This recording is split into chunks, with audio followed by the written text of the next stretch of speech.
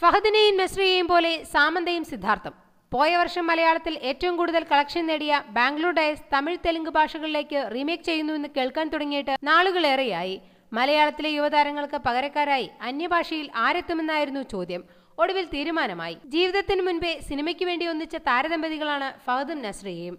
ചിത്രത്തിലെ ഫഹദ് ഫാസിലിനെയും നസ്രിയ നസീമിനെയും തമിഴിലെത്തുമ്പോൾ അവതരിപ്പിക്കുന്നത് സാമന്തയും സിദ്ധാർത്ഥുമായിരിക്കും.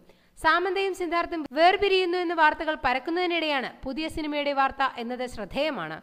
സിനിമയിലെ മറ്റൊരു മുഖ്യ സ്ത്രീ കഥാപാത്രമായിരുന്ന RJ സെറയെ അവതരിപ്പിക്കുന്നത് നിത്യ മേനോനായിരിക്കും. ബാംഗ്ലൂർ ഡയസിന്റെ മലയാളം പതിപ്പിൽ ഫഹദ് ഫാസിലിന്റെ കാമുകിയായ നടാഷ ഫ്രാൻസിസിനെയാണ് നിത്യ മേനോൻ അവതരിപ്പിച്ചത്. ഭാസ്കർ സംവിധാനം ചെയ്യുന്ന ചിത്രത്തിൽ ദുൽഖർ സൽമാനെ അവതരിപ്പിക്കുന്നത് ആര്യ ആയിരിക്കും. നേരം എന്ന ചിത്രത്തിലൂടെ ശ്രദ്ധേയനായ സിംഹയാകും നിവിൻ പോളിയുടെ കൃഷ്ണൻ PP എന്ന കുട്ടേട്ടനെ അവതരിപ്പിക്കുന്നത്. കഥാപാത്രങ്ങളുടെ പേരിൽ മാറ്റങ്ങളുണ്ടായിരിക്കും.